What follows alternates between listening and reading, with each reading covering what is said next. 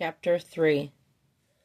Hermione groaned and tried to sit up, only to immediately lay back down as the world spun. "Whoa there, Tiger. Don't try to sit up yet. How's your head?" Draco asked, crouching down next to her and checking for injuries. "All right, I think," she huffed, still recovering from the wind being knocked from her lungs.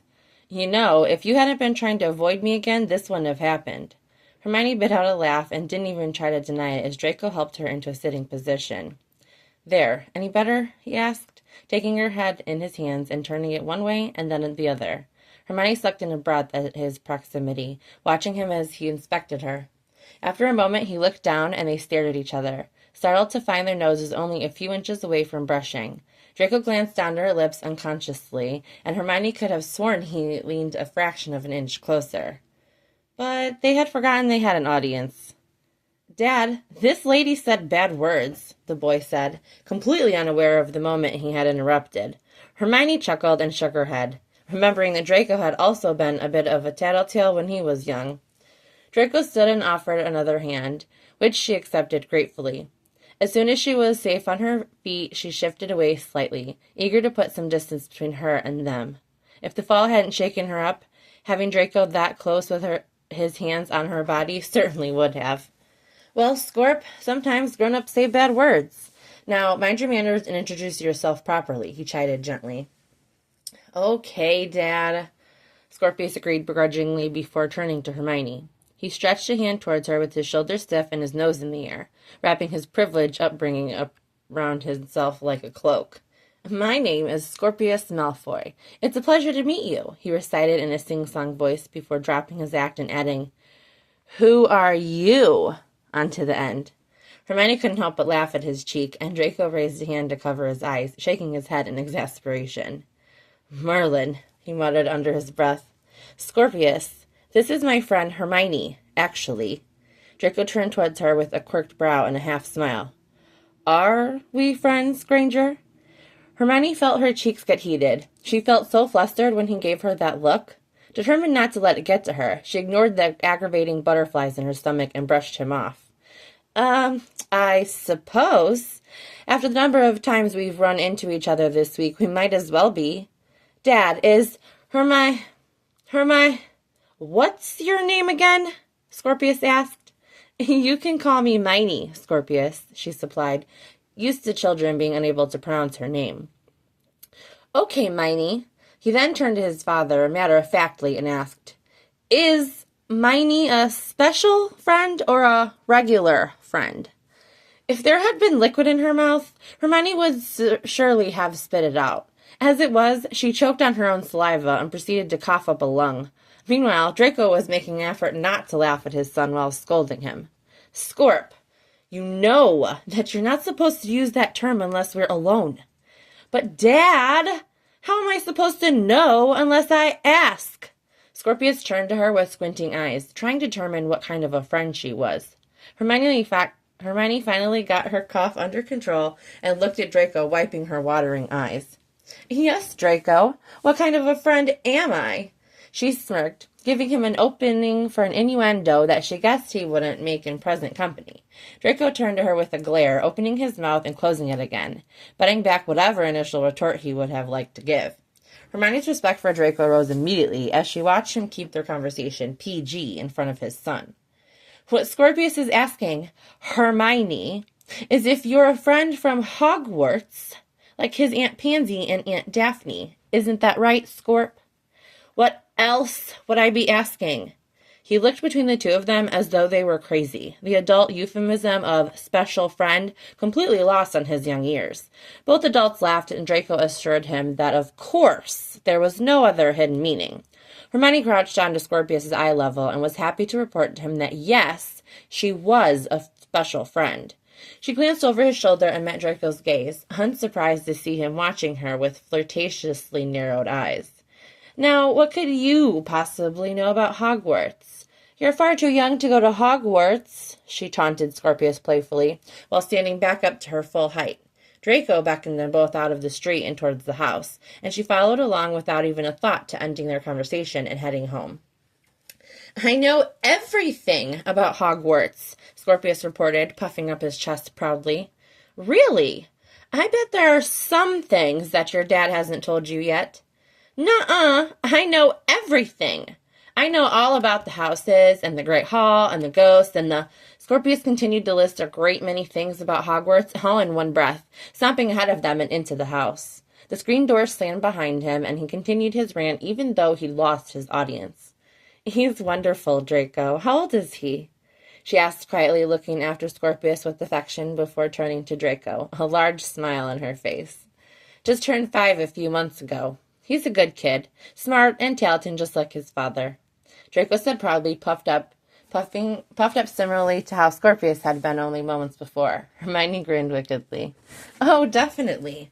Cocky, just like his father, too, Hermione laughed, and Draco deflated with a groan.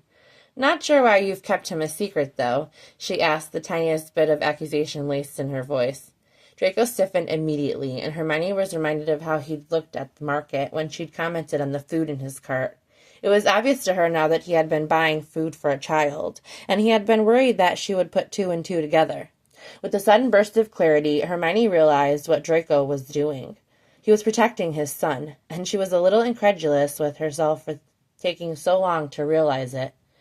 You can't think of any reason that a former Death Eater, and a Malfoy to boot, one of the wealthiest men in the country, might need to keep... Hermione laid a hand on his arm and cut him off, wishing she hadn't been so dense. I'm so sorry, Draco. I understand perfectly. Forgive me for even asking. This needs to stay between us, Granger. I've gone to great lengths to protect his identity. He raised an eyebrow, challenging her, not bothering to acknowledge her apology. Yes, of course, Draco. That's not a problem at all. I won't say anything to anyone, she assured him. Draco scrubbed a hand over his face and visibly relaxed. All right. Okay. Sorry to be so abrupt. I've just worked very hard to keep his existence a secret from the majority of the wizarding world, and He stopped as Scorpius came back out to the porch, hands on his hips. Are you two coming or not? Dad, you promised we could have milkshakes after we played outside. Draco laughed at his son's antics and turned to Hermione. So, are you up for joining us for a milkshake, Hermione? He asked, the strained conversation of a moment ago already forgotten. Her heart stuttered and bloomed in her chest, slightly surprised by his quick acceptance of her trustworthiness. She looked up at Scorpius, who was watching her intently, waiting to hear whether or not she'd come inside. There had never been an easier answer to give in her entire life. I am always up for milkshakes, she assured Scorpius, before following him into the house, muddy shoes and all. Draco followed them in and placed a hand on her shoulder, stalling for a moment in the entryway. Thank you, he whispered. With a backward glance, she found him once more standing too close, and when their eyes met, she got a glimpse of the worry he harbored over his son's safety and happiness. Draco was carrying the world on his shoulders, trying to be a good father. Hermione knew a little bit about carrying loads that were too heavy for one person to bear. It wouldn't matter what she'd said. Nothing would help. No words would bring relief to such a burden. So she didn't even try. Instead, Hermione shot him a wink and let Scorpius lead her through his home as though they'd done this 100 times before.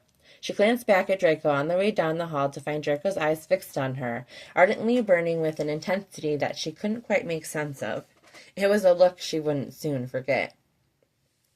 When they had reached the kitchen, it was to find that Scorpius had all the milkshake ingredients assembled on the counter. Draco pulled his wand out of his pocket and waved it in her direction, the evidence of her fall evaporating. Want something to drink? He asked as he hooked up the blender and lifted Scorpius up onto the counter beside it. They worked together like a well-oiled machine, Draco helping Scorpius scoop the ice cream, pour the milk, and squeeze the chocolate syrup in. Hermione felt as though she'd fallen into another universe that she hadn't known existed until 20 minutes ago. Watching Draco interact with his son was fascinating and beautiful. They had their own language, their own private jokes. It was clear, despite the short amount of time she'd been with them, that Draco was a patient and kind father. Hermione sat at the kitchen table with her head resting on one hand, laughing at their antics. Once they finished making the milkshakes, Draco grabbed some glasses but was bombarded by Scorpius smearing chocolate syrup on his face. Scorpius hopped off the counter and immediately doubled over into giggles while Draco turned to her incredulous. Do you see what I have to put up with, Hermione? This boy's a demon, he exclaimed, pretending to be upset. Scorpius just laughed harder, and Draco Draco began to tickle him ruthlessly. Hermione's stomach clenched and she felt a wave of emotion rise in her, and for a moment she thought she may cry.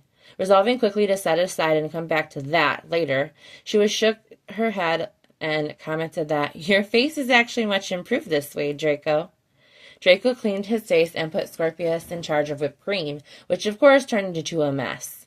The boys took turns filling each other's mouths from the spray can, which had Hermione in stitches. Draco turned towards her with his mouth full of whip and asked her, nearly unintelligibly, "What's so funny?" Hermione couldn't remember the last time she'd laughed so much. They sat around the kitchen table, drinking their milkshakes and laughing, effortlessly enjoying each other's company. "Dad, can Minnie come to the pumpkin patch with us? Oh, pretty please, can she? We never have girls around. It'd be so nice to have a girl come with us," Scorpius begged after he had finished his shake. Draco's cheeks tinted pink, and Hermione snickered to herself, but there was no embarrassment revealed in his voice. "Why don't you get cleaned up and put some warm clothes on? I'll talk to Hermione, okay?" Scorpius was up in a flash, leaving the adults chuckling behind him. "Pumpkin patch, huh?" Hermione inquired. "Yeah, we've been planning on going this afternoon." "So this isn't your usual routine, then? Rescue a damsel in distress and then bring her to your place to be charmed by your single dad act?" she asked with a smirk. Draco rubbed the back of his neck and paused before responding. "Well, no. To be honest, I don't really date much, and when I do, it's usually a one-off, while Scorp is with his grandmother for the night," he confessed, his cheeks turning a shade darker, which Hermione found incredibly endearing.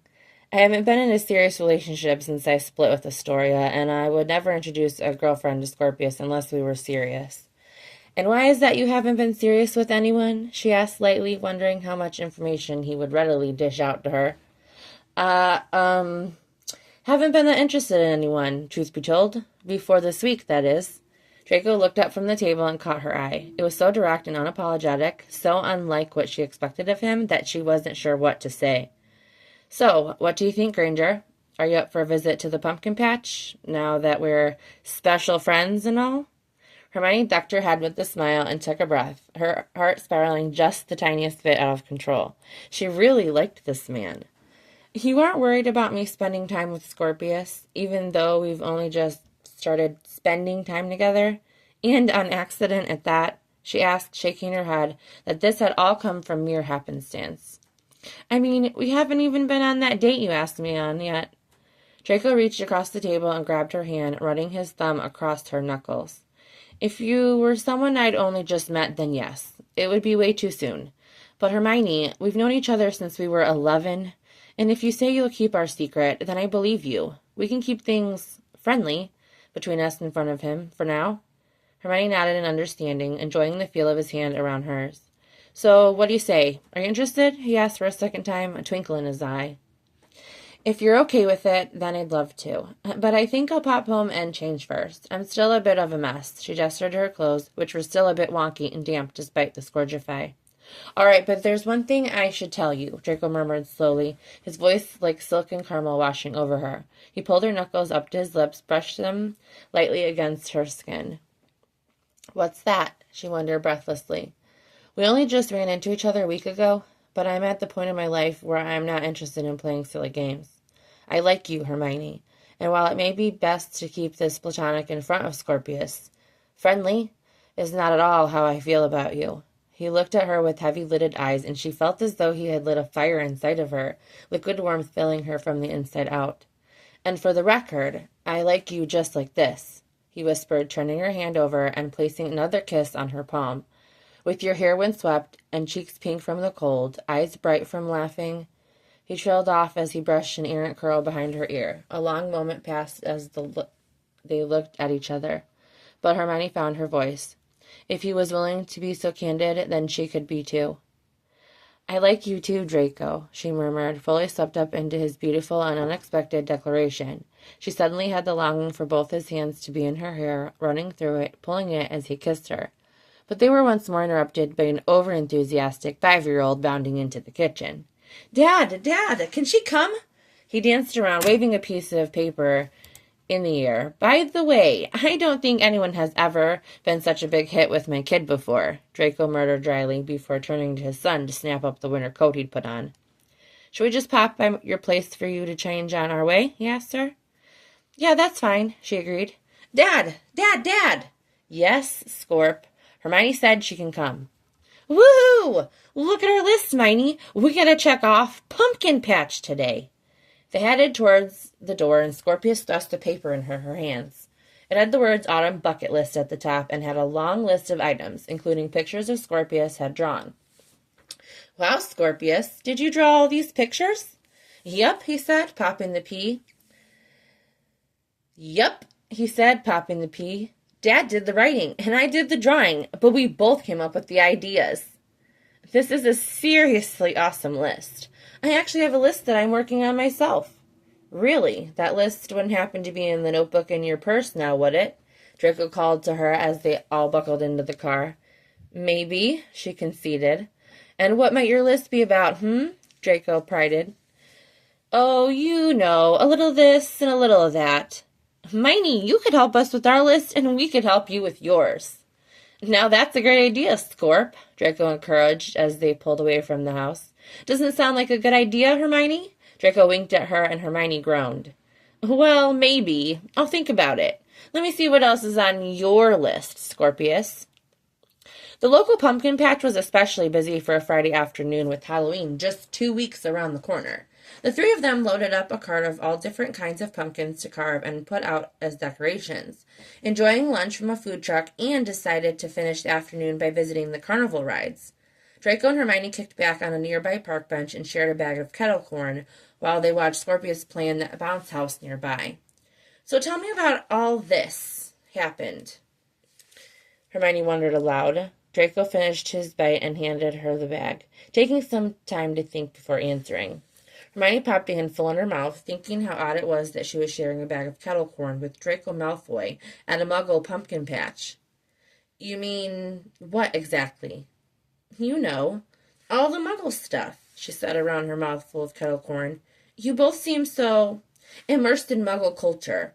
You do so many things the Muggle way. That's certainly not how most wizards and witches live.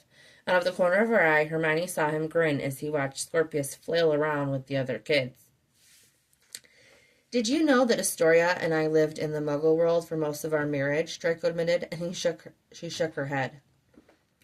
Now that you mentioned it, I don't recall there being much of anything about you in the papers after your trial. Just the wedding announcement, and that's it. I never really thought about it before, but how did you manage that? Ron and I were in the papers constantly, she groused, and Draco snorted. Yeah, I noticed that. Hermione bumped her shoulder against his in annoyance. But it wasn't all that difficult for us. We actually own all the media outlets in the UK, he said matter-of-factly. Hermione nearly began choking on her popcorn.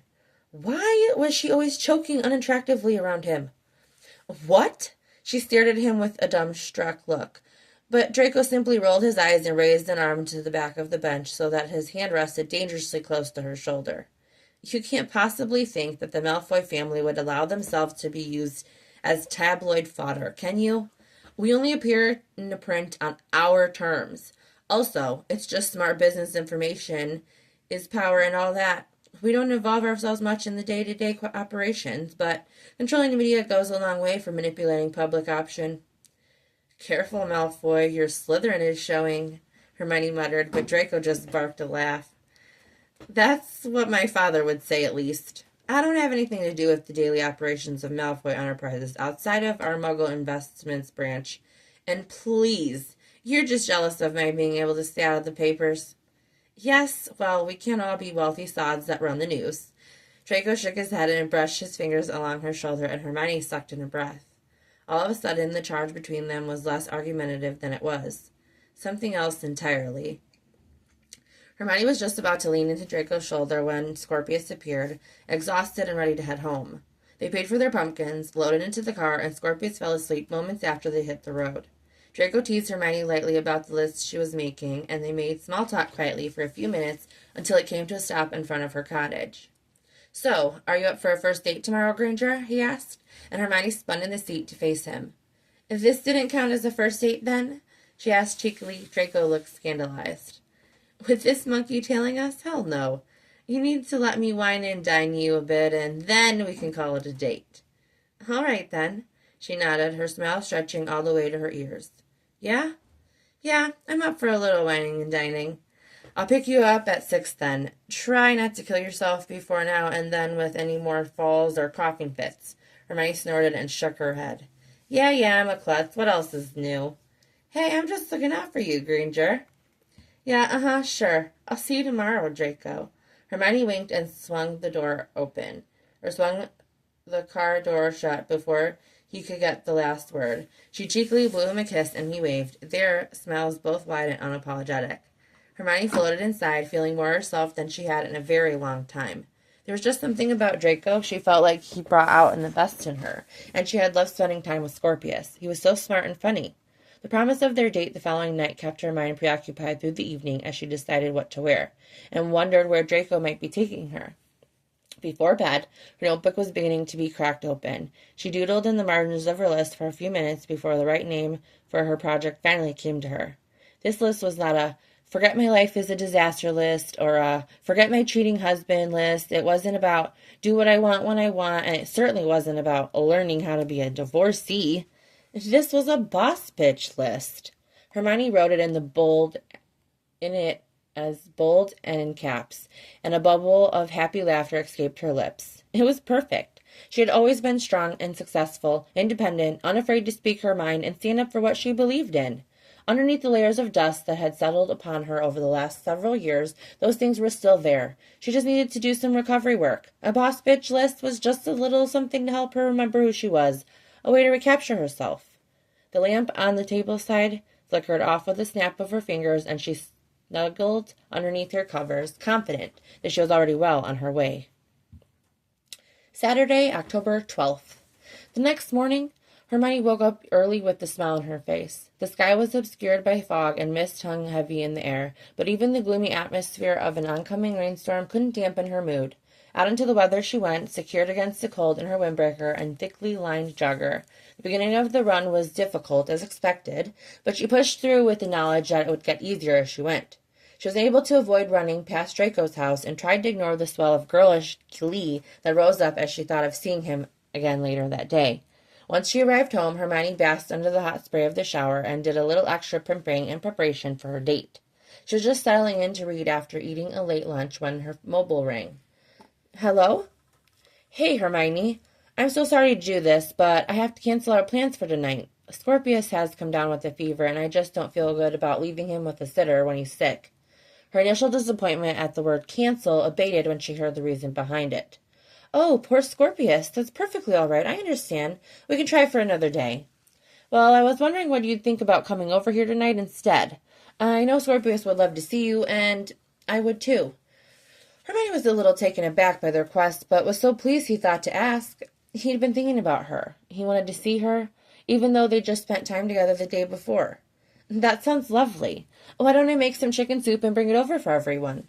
That would be amazing, Hermione. Thanks for understanding, Draco said, clearly relieved that she wasn't upset at the change of plan.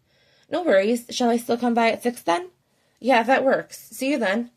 Hermione grinned as she set her book down and headed to the market for supplies for the night. It might not be the date she had expected, but she wasn't disappointed in the slightest. Empty bowls of Hermione's homemade chicken soup and the extra-large mugs they'd used for hot chocolate littered the coffee table, along with a smattering of marshmallows and chocolate chips.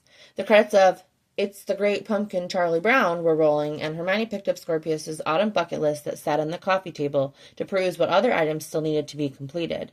With a smile, she noticed that 3 big check marks next to hot chocolate with giant marshmallows, PJ Day, and Halloween film. Scorpius had been excited to watch his favorite Charlie Brown flick, but had drifted off, snuggled up between her and Draco, about halfway through the film at 7:30. Just as Draco predicted, Hermione's heart melted while she watched Draco carry him up to his bedroom, fast asleep in his father's arms. While Draco was busy tucking Scorpius in, Hermione cleared the dishes with a wave of her wand and poured them both some of the red wine she had brought. She snuggled into the couch, enjoying the heat from the fire and the pounding of the rain from the storm that had finally rolled in. After a few minutes, Draco emerged from the upstairs looking entirely too sexy in green flannel checkered pajama bottoms and a black t-shirt and bare feet. There was something about seeing someone with nothing on their feet that felt so intimate to Hermione. To see Draco in his pajamas at his home, his bare feet, putting his son to bed, it was like his guard was completely down, and he was just 100% Draco, with no pretenses. Since he had already admitted that he didn't usually include women in his daily life, Hermione felt incredibly special to have been invited to spend such an evening with them. Hermione knew that they were jumping steps that couples usually took when getting to know each other, but every moment she had spent with Draco and Scorpius thus far had just felt right. Despite the butterflies he gave her, she also felt so completely comfortable around him. About an hour after he'd called to change their plans earlier that day, Draco had texted to let her know that he and Scorpius were having a jammy day, and told her to dress appropriately, complete with a winky emoji face. After a million changes of outfit, Hermione had finally settled on a pair of her favorite leggings with an oversized sweater, cute yet comfortable. She had been rewarded for her choice when she caught Draco checking her out upon her arrival. Draco stoked the fire before plopping down on the couch next to her and picked up the glass she poured for him. "He go down all right?" Hermione wondered. "Oh, yeah. Once he falls asleep, he's usually out this till morning. He's always been a pretty heavy sleeper. Must have gotten that from Astoria, because I certainly never have been." Hermione laughed and nodded in understanding. "I'm the same way. I routinely have bouts of insomnia or bad dreams that wake me at night, or I'll stay up through the night writing when I'm close to finishing a novel. Any luck with your next idea yet?" "No, nothing yet," Hermione sighed, taking a long sip of her wine. "Well, you're bound to come up with something brilliant. You always do. That last one you wrote was—" "Wait, you've read my books?" Hermione asked, her eyes wide. "You know, despite what some people may say, I can read," he remarked dryly. Hermione spluttered, searching for what to say. Wow. I just didn't assume you'd read them because I was always writing about female heroines, that's all. And I'm not capable of appreciating a female heroine." He looked at her up and down before meeting her eyes once more. "No, that's not what I meant, Merlin. I knew I had some male readers, but I just didn't think—" Draco laughed, and she responded by lightly thwacking him on the arm. "Relax, Granger. I don't know why you're surprised I'd read them. You're an excellent writer, and the saucy bits don't hurt either." He waggled his eyebrows, and Hermione leaned her head back against the couch with a groan of embarrassment. Hermione's adult magical adventure and mystery novels had been hugely popular ever since she published her first book a few years after graduating from Hogwarts. Her books always starred a strong female heroine, with complex and multi-layered plots. Although the majority of each novel was focused on the heroine's struggle, there was usually a love interest that manifested itself in one way or another. While there was never anything too racy, the books were marketed for adults for a reason. What was an adventure without a little romance, after all? Hermione took another long gulp of wine, feeling flustered and unsure of what to say. A shiver ran through her when Draco rested his hand on her knee, and she knew they were in dangerous territory. It had never bothered her before to hear that someone had read her books, but the idea that Draco had read them was both embarrassing and titillating. She cleared her throat and searched for a way to change the subject. "Good wine, she squeaked. Draco chuckled knowingly, and she caught him watching her flirtatiously from the corner of his eye. It occurred to Hermione that he was purposefully doing something, though what it may be was lost on her for the moment. "Thanks for hanging out here with us tonight. I'm sorry we weren't able to go out," he finally said, but Hermione waved him off. Tonight was perfect, just as it was." She sipped the last of her glass and poured herself another, topping Draco's off as well. He was silent for a moment, and then she looked over at him. It was to see him looking down at his glass. Hermione tucked her feet under her and turned toward him, sensing a sudden change in his mood. She reached for his arm, but he stood and walked to the fire, poking at it for a moment and adding another log. Tension hung thick in the air. Draco paced back and forth for a few minutes until he finally came to stand with his back to her, one arm resting on the mantel as he looked into the fire.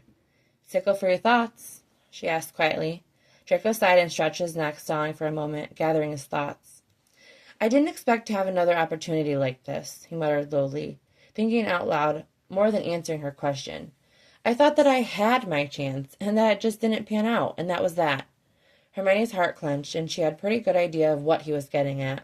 She had been thinking the same thing about herself. Draco came back to the couch and took his seat next to her, resting his elbows on his knees. Astoria would never have been okay with tonight. He shook his head in frustration.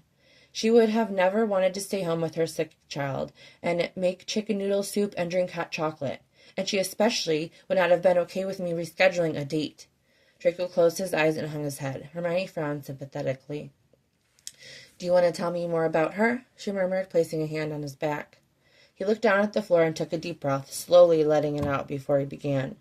"You know how I said Astoria and I lived in the Muggle world for most of our marriage?" Hermione nodded, running her hand along his back slowly, comfortingly. "After her mother's funeral and my trial were both over, we just needed to get away, disappear for a while. We eloped and bought an apartment in Muggle London. My parents were furious, of course, but we eventually made up after I promised to return home and join the family business in a few years." "I bet that was incredibly freeing to get away like that," Hermione said. Draco just nodded absently and continued. It was. It was exactly what we needed. Neither of us felt like we knew who we were, and we nearly bonded over learning how to live without magic," he snorted. "Not to mention our mutual hatred for the pureblood aristocracy." He shook his head, and Hermione's heart ached to think about all that he had gone through. Astoria was even more adamant about the evils of the aristocracy than I was at that point, believe it or not. After her mother was murdered, she wanted nothing to do with her old life. "I can imagine, but that must have been so hard on you both, to transition into Muggle life so abruptly like that." "Oh, it was insanely difficult. It was a huge culture shock, but we figured it out. Things were good between us back then, while we were on common ground." He seemed wistful, transported to another time. "You loved her," Hermione said. She had always imagined that Draco and Astoria's marriage had been arranged, but clearly that wasn't the case. "Yes. As much as you can love someone when you're still a selfish and immature 19-year-old, Draco huffed a laugh. "But yes, as much as it was possible for me to love someone at that point, I loved her." Draco rubbed his eyes and with one hand and paused to think. Hermione stayed quiet, hesitant to interrupt. "We were both just so screwed up after the war. We came together when we both needed someone. It was an immature love, but it was love nonetheless." Hermione nodded, surprised by how similar their story sounded to hers and Ron's. "I know exactly what you mean." They looked at each other, and Draco nodded in understanding. "But that wasn't enough to build an entire life upon. After a few years, I was happily adjusted and wanted to continue living in Muggle world. But Astoria wanted to go back to her high society pureblood life. I think she felt negligent to her mother's legacy, but she also missed the lavish lifestyle we'd both grown up living. I mean, it's not like we were hurting for money, but I didn't want to keep throwing our money around like our parents always have. I wanted life to be simpler. I wanted it to be normal. And eventually, all we did was fight. Neither of us was happy. We ended up having Scorpius during a last-ditch effort to make things work, and that was really the beginning of the end for us." "So what happened?" "Well, when Astoria found out that she was pregnant, our arguments about whether or not to return to the magical world just got worse.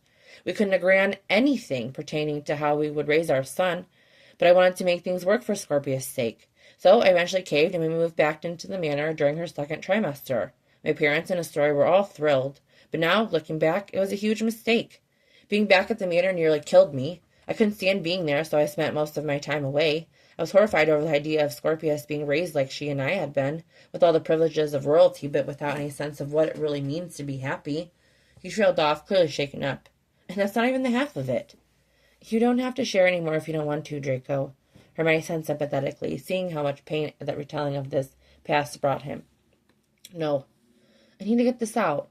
He took a drink, and Hermione watched as his hand shook slightly, his fingers clenched tightly around the glass.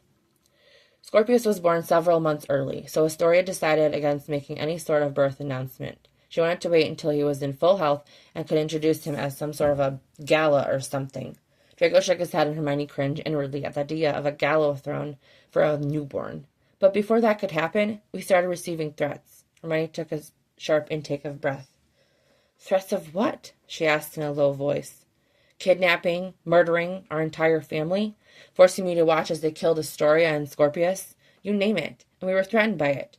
The threats were primarily directed at me, but they always included Scorpius in one way or another. I was so furious that I had let Astoria talk me into returning. We knew it had to be someone close to the family because very few people knew we had come back, and even fewer knew about Scorpius' birth." Draco took the last gulp of his wine and set the empty glass on the table with a loud thunk. He stood up and began pacing again, his shoulders tight and his fists clenched. "Oh my God, Draco, that's horrible!" Hermione pressed the hand against her heart, horrified. "It was. And to make matters worse, before we'd even found who was sending the threats, I caught Astoria and Marcus Flint fucking in our greenhouse one afternoon. They hadn't been expecting me. I wasn't set to come home for several hours." Hermione stiffened, a fiery rage coursing through her at the thought of Astoria hurting Draco in nearly the same way that Ron had hurt her. "You're choking." "I wish I was." "Draco, I don't even know what to say. That's fucked up." "Yeah, it was fucked up. In hindsight, though, I realized that she was terrified for her life and wasn't actively trying to hurt me." Draco sighed heavily and flopped back on the couch, slumped low on the cushions. "It's not like she's a bad person. Our marriage had been in shambles for over 2 years, and we'd barely spent any time together in months, since I was always away from home or spending time with Scorpius.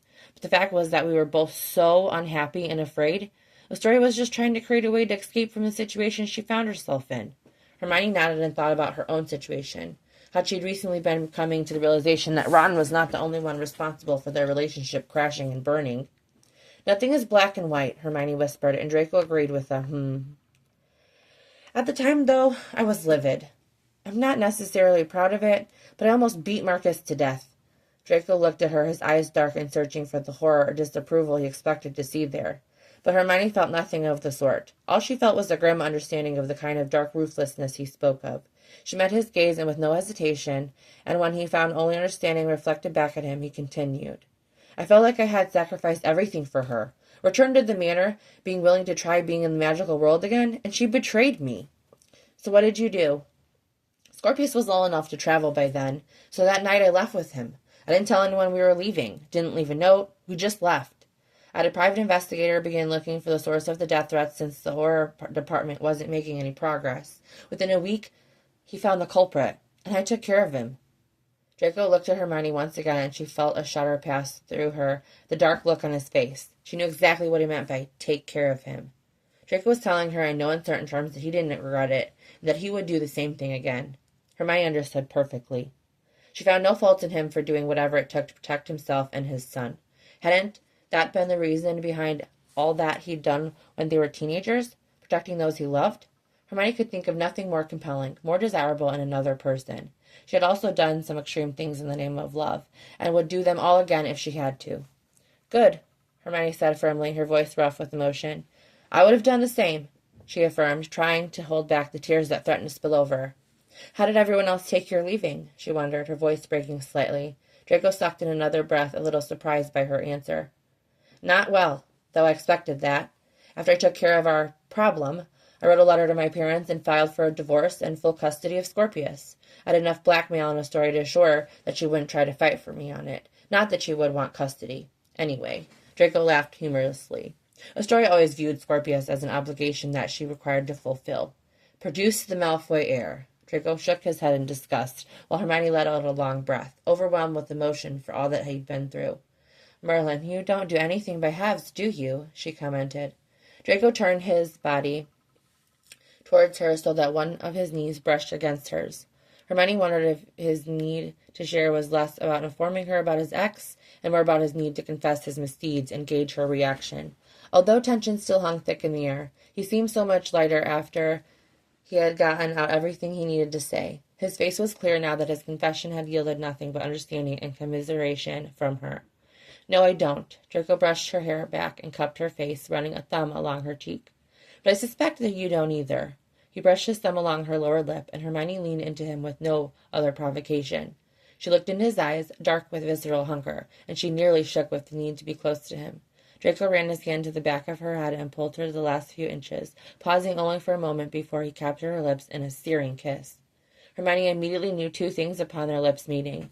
Draco fit her more perfectly than she could have ever dreamed, and now that she had just one taste of him, she was never going to want to go without. Boss bitch list. Pumpkin patch? Check. Hot chocolate with giant marshmallows? Check. It's the Great Pumpkin Charlie Brown? Check. Make homemade chicken noodle soup? Check. Go for a run? Check.